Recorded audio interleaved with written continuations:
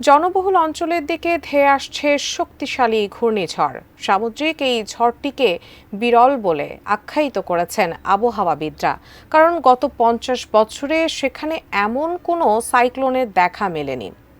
শক্তিশালী এই ঝড়টির প্রভাবে ঘন্টায় 155 কিলোমিটার গতিতে বাতাস বইতে পারে।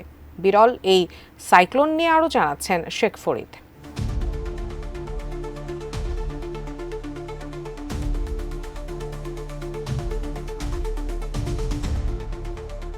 অস্ট্রেলিয়ার পূর্ব উপকূলের দিকে ধেয়ে আসছে প্রবল ঘূর্ণিঝড় আলফ্রেড।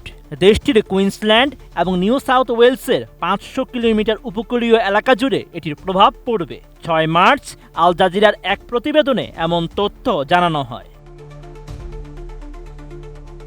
কাতার ভিত্তিক সংবাদ মাধ্যমটি জানায়, সাইক্লোন আলফ্রেড ক্যাটাগরি 2 ঝড় হিসাবে 7 মার্চ অস্ট্রেলিয়ার তৃতীয় বৃহত্তর শহর ব্রিসবেনের কাছে আছড়ে পড়তে পারে। এর ফলে পানিতে তলিয়ে যেতে পারে বেশ কিছু অঞ্চল।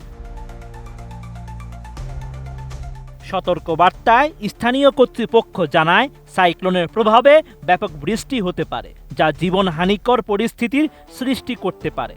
এছাড়া অস্ট্রেলিয়ার আবহাওয়া ব্যুরো জানিয়েছে, 9 দিন আগে সৃষ্ট ঘূর্ণিঝড় আলফ্রেড 5 মার্চ পর্যন্ত উপকূল থেকে মাত্র 400 কিলোমিটার দূরে অবস্থান করছিল এবং ঘন্টায় সর্বোচ্চ 164 কিলোমিটার গতিতে দমকা বাতাসের সঙ্গে পশ্চিম দিকে এগিয়ে যাচ্ছে।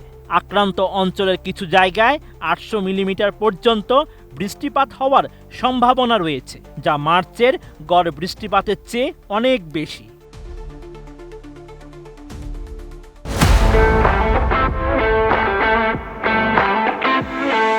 কুইন্সল্যান্ডের মুখ্যমন্ত্রী ডেভিড ক্রাইসাফুল্লি জানান, দক্ষিণ পূর্ব কুইন্সল্যান্ডের জন্য এটি খুবই বিরল একটি ঘটনা।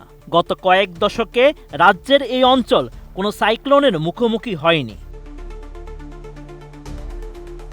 দক্ষিণ পূর্ব কুইন্সল্যান্ড এবং উত্তর নিউ সাউথ ওয়েলসে সর্বশেষ 1974 সালে সাইক্লোন আঘাত হেনেছিল।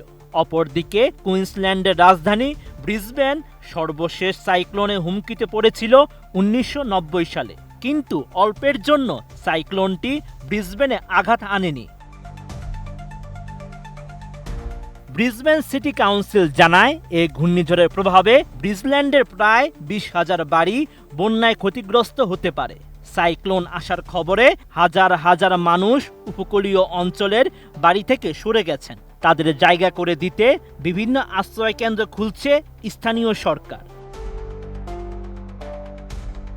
Sheikh Farid, ATN news.